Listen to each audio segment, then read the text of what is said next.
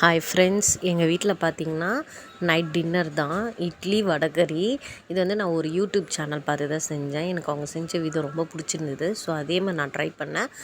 பச்சை மிளகா, சீரகம் எல்லாமே போட்டு அரைச்சிட்டு நல்ல தவா ஹீட் பண்ணிவிட்டு அதில் வந்து அப்படி நம்ம கையாலேயே அப்படியே லைட்டாக அப்படியே ஸ்ப்ரெட் பண்ணிகிட்டே வரணும்.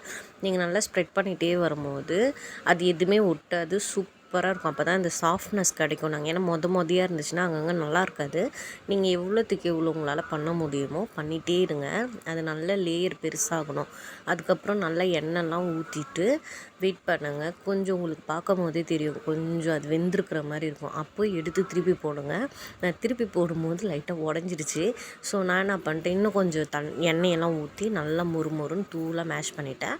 இப்போது ஒரு குக்கரில் பார்த்திங்கன்னா பட்டை, லவங்கம், ஏலக்காய், கிராம்பு எல்லாமே போட்டுட்டு பிரிஞ்சி இலை போட்டுட்டு தக்காளி, வெங்காயம், இஞ்சி பூண்டு பேஸ்ட்டெல்லாம் போட்டு தண்ணி ஊற்றி மசாலா நம்மளுக்கு என்ன தேவையோ காரத்துக்கு ஏற்ப போட்டு மஞ்சத்தூள், உப்பெல்லாம் போட்டுருங்க.